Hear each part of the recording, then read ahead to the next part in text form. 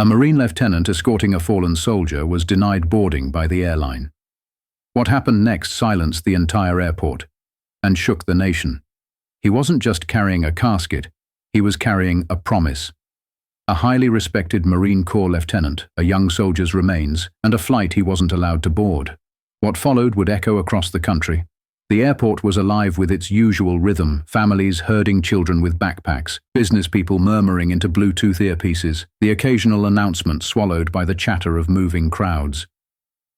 Lieutenant Mark Ellison stepped through the automatic doors, the crisp sound of his polished shoes against the tile cutting through the noise.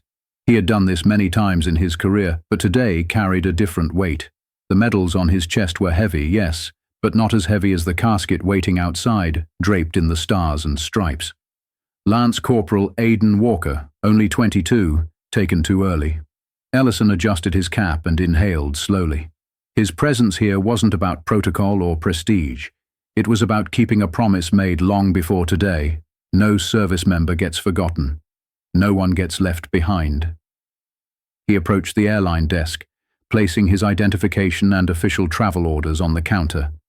The agent behind the screen didn't register who he was at first. She tapped her keyboard mechanically, then paused, her brow furrowed. She glanced at the papers again. "Could I take another look at those, please?" Her voice held a tension that hadn't been there before. Ellison handed them back, calm but observant. He caught the flicker of discomfort, the quiet murmur to her colleague, the way her shoulders stiffened as if bracing for something unfamiliar.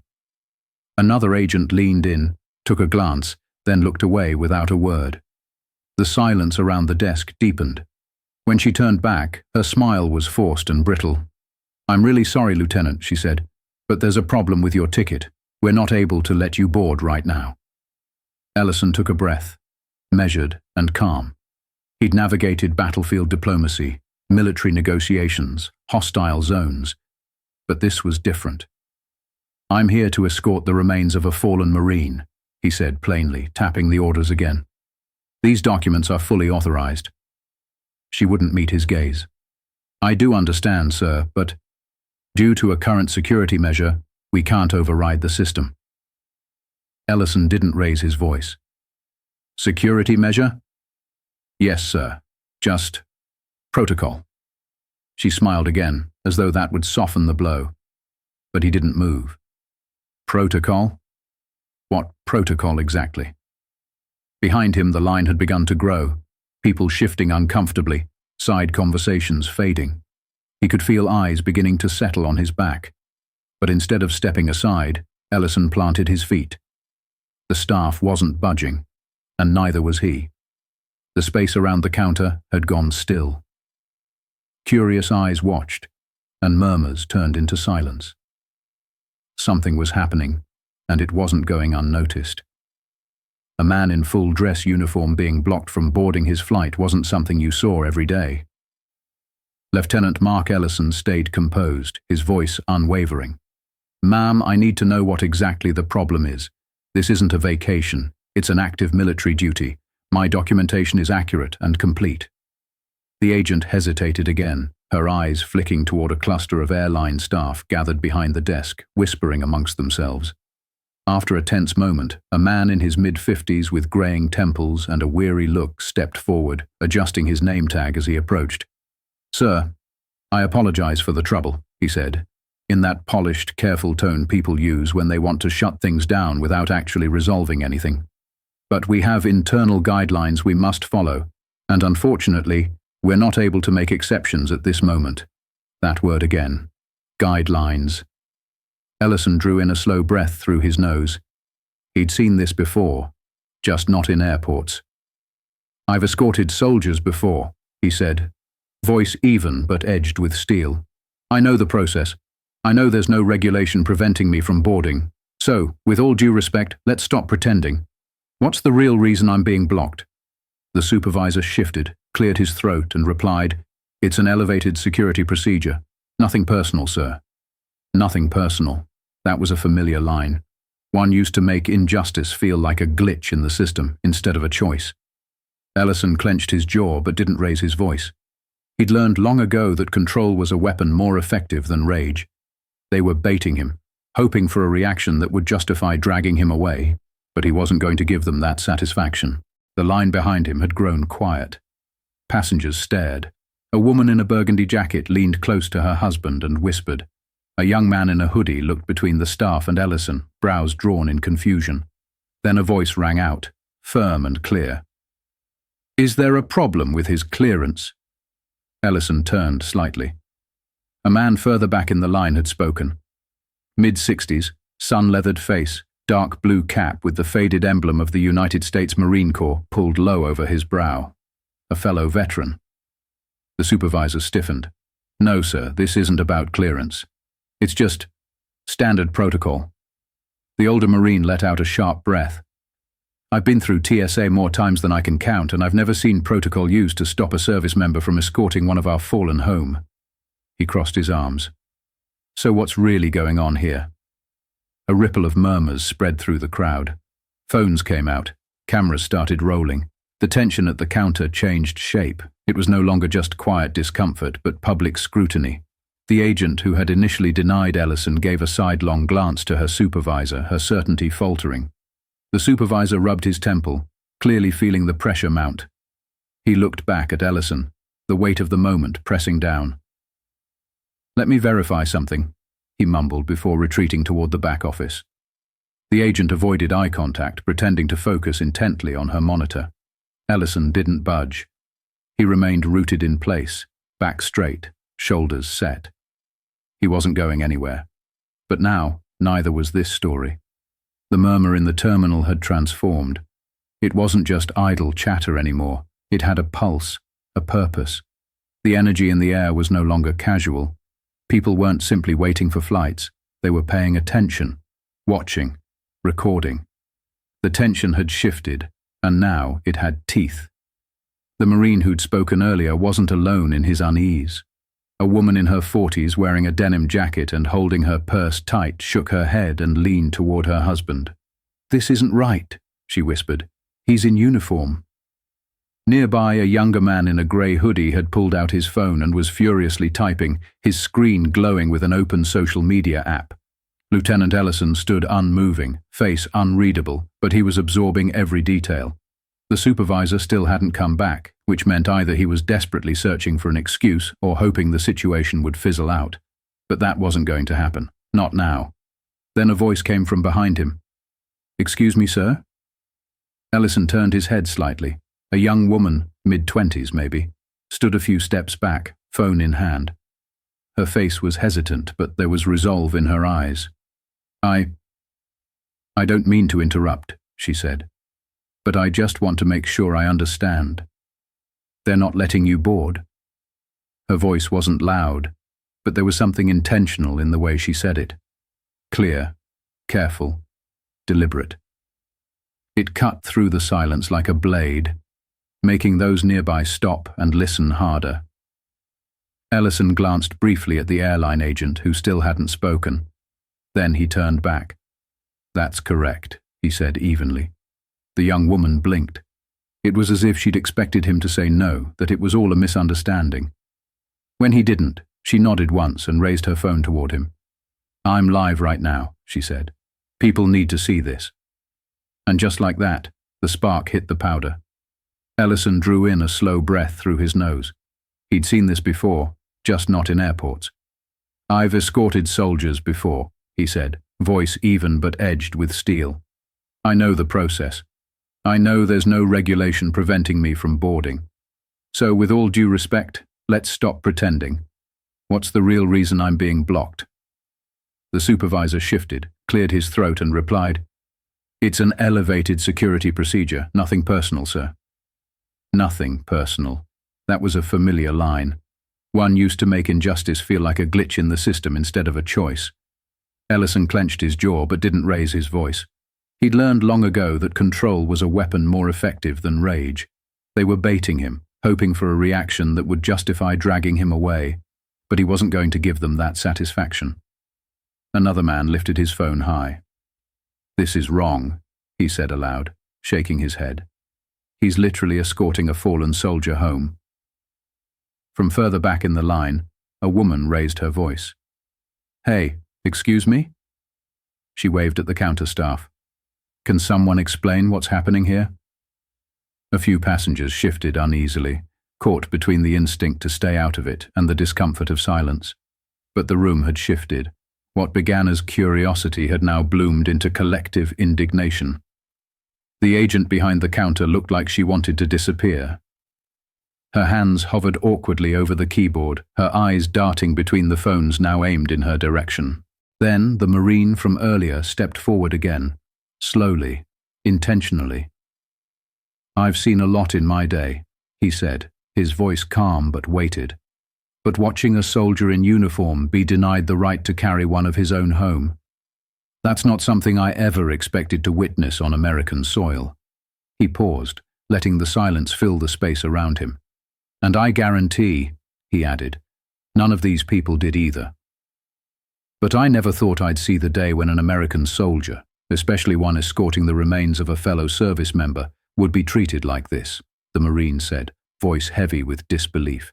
The terminal had gone still, not quiet, still, the kind of silence that hums, taut with tension. Even the overhead announcements sounded muffled, as though the building itself was holding its breath. The soft beeps from phones recording were the only sounds that dared break through. The Marine squared his stance. "This is a disgrace." At the counter, the agent's hands trembled slightly as she resumed clicking at her keyboard, eyes wide, face pale. The supervisor was still absent. Conversations around the terminal had dropped to whispers, but the focus hadn't. A baby fussed in its stroller, but even the mother seemed too distracted to notice, her gaze fixed on her phone, lips pursed in disgust. Then a voice, low and incredulous, came from the back of the line. "It's already trending." Lieutenant Ellison didn't flinch. He didn't need to. The narrative had moved beyond this terminal. The world was paying attention now. The air grew heavier by the second. Airline staff remained frozen in uneasy silence. Phones stayed up, streaming, posting, amplifying. Then came the spark. The young man in the hoodie, still hunched over his phone, let out a quiet whistle. "Damn, this is everywhere." Ellison remained still, calm, as always. But from the flicker of panic in the agent's posture, he could tell she knew it too. The woman in the denim jacket checked her phone and gasped. "Oh my God," she whispered to her husband. "It's already on Facebook."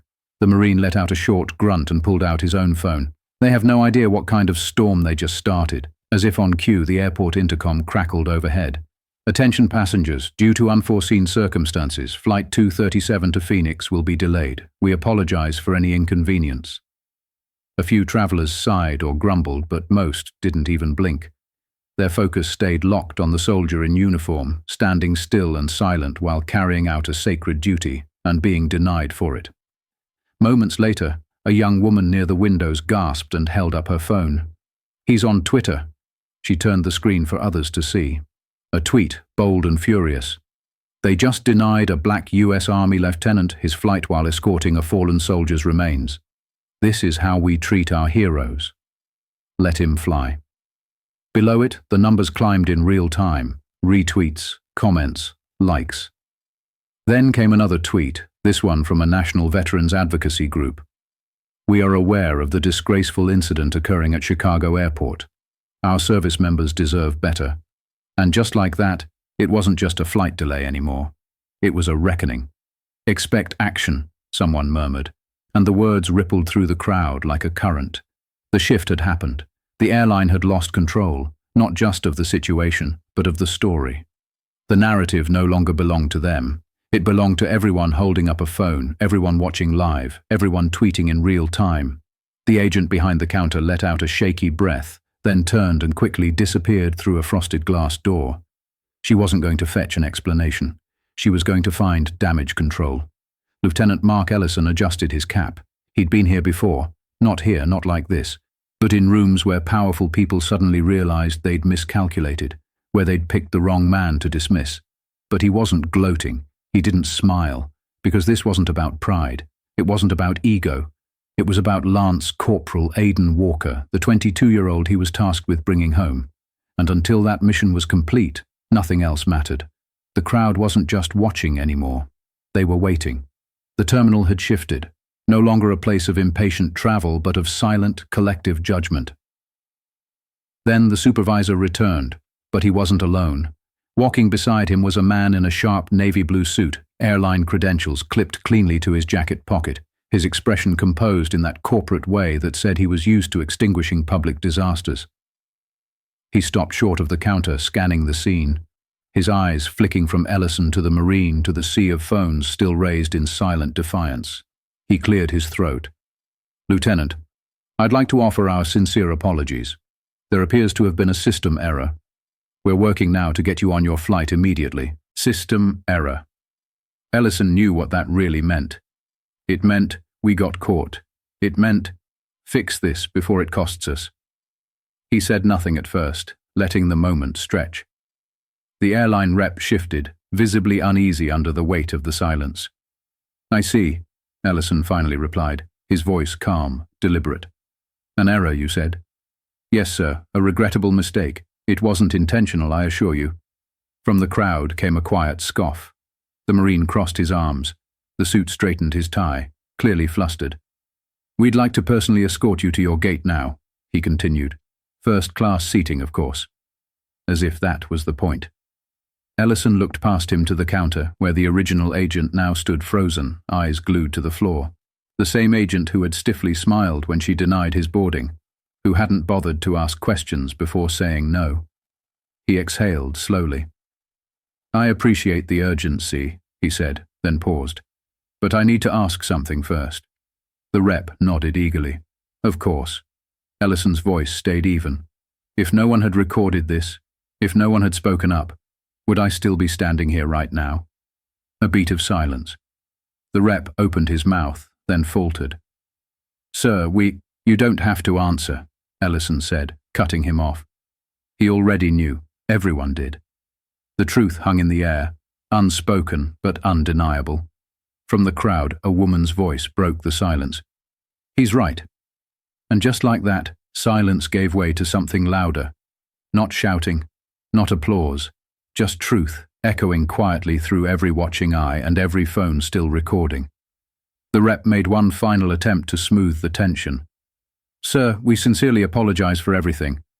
We both know this isn't about an apology," Lieutenant Ellison said firmly, eyes locked on the man's. "It's about accountability." A ripple of agreement passed through the crowd. The atmosphere had shifted from outrage to something deeper, disappointment. People weren't just reacting emotionally anymore. They were thinking, judging, remembering. The rep's shoulders stiffened as he sensed the narrative slipping further from his grasp. He tried to reassert control, straightening his posture. "Lieutenant, let's get you on your flight now." But before Ellison could answer, a new voice interrupted. "Sir." A young man in an airport security uniform stepped forward from the side of the counter, holding out a phone toward the airline rep. His face was tight, serious. "You need to see this." The rep took the phone with a frown. His eyes scanned the screen, then stopped. His expression changed instantly. His face lost all color. The Marine beside Ellison raised an eyebrow. "What? Something wrong?" The rep didn't answer, but he didn't have to. Ellison already knew. The backlash had gone nuclear. A major news outlet had picked up the story. The headline, brutal in its simplicity: U.S. Army lieutenant denied flight while escorting fallen Marine. Airline under fire. Below the headline was a still frame from the terminal. Ellison standing in uniform, stoic and calm, with phones aimed in his direction and passengers gathered around him. The rep handed the phone back to the guard with a tense breath, then turned to Ellison. "We deeply regret this situation," he said, his voice noticeably thinner.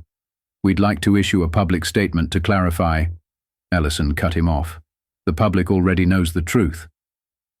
Silence. The rep pressed his lips together, offering no rebuttal. There was nothing left to say. Ellison looked around the terminal, at the crowd, the phones still recording, the eyes still watching. Then he turned back. "I don't need first class," he said. "I don't need special treatment. I need respect. And so does the Marine I'm escorting." Another murmur of agreement moved through the terminal. The Marine beside him let out a low grunt of approval. The rep gave a small, tight nod. "Understood, sir." Ellison adjusted his hat, his voice steady. "Then let's finish the mission." But while Ellison's path was clear now, the airline's troubles were only beginning. The story had ignited, spreading faster than they could contain. The terminal no longer felt like a waiting area. It felt like a press room. Phones were still up, passengers still watched. Accountability was now public, permanent, and documented.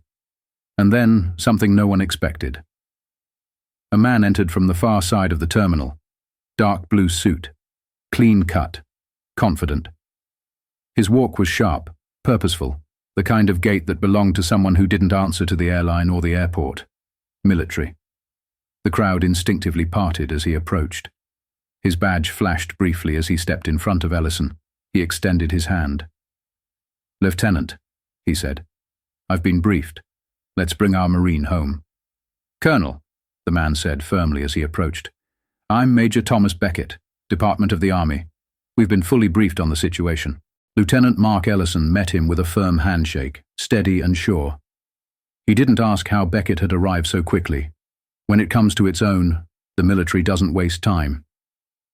Major Beckett turned to the airline rep, his voice sharp and unmistakably in command.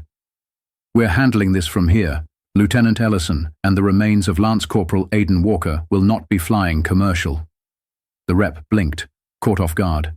"Sir, we were just about to—" "You were just about to clean up your mess," Beckett cut in smoothly.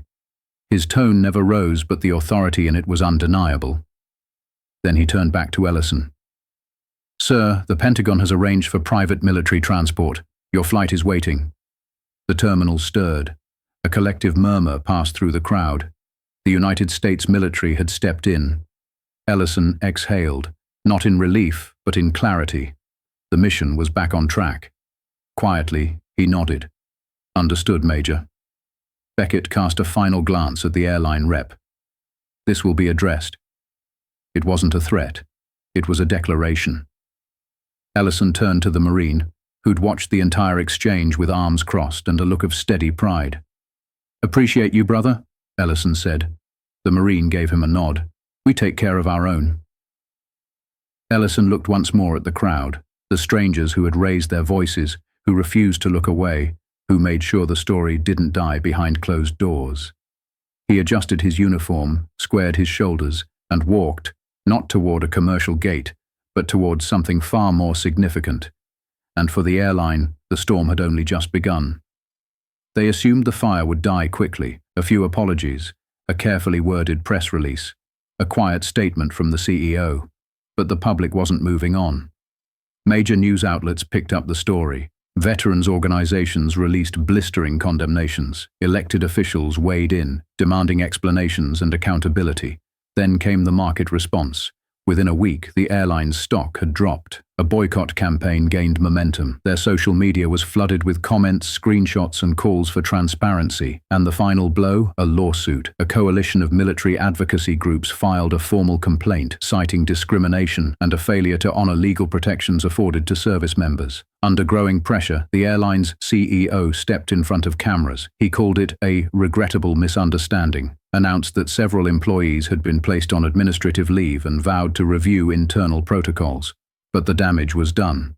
Too little, too late. Meanwhile, Lieutenant Ellison continued his mission. He delivered Lance Corporal Walker home to his family, standing in silent honor as they said goodbye. He didn't need cameras, he didn't need applause. What he needed was respect, and that's what this was really about. Because respect shouldn't require viral footage, it shouldn't depend on outrage, on hashtags, on being lucky enough to be noticed. Respect for those who serve should be automatic. The passengers in that terminal, the Marine, the young woman who went live, the voices that rose when silence was easier, they proved something. When people stand together, injustice has nowhere to hide. If you believe in accountability, in dignity, in honoring those who serve, don't stay silent, because silence is how it happens again. And next time, it might not go viral.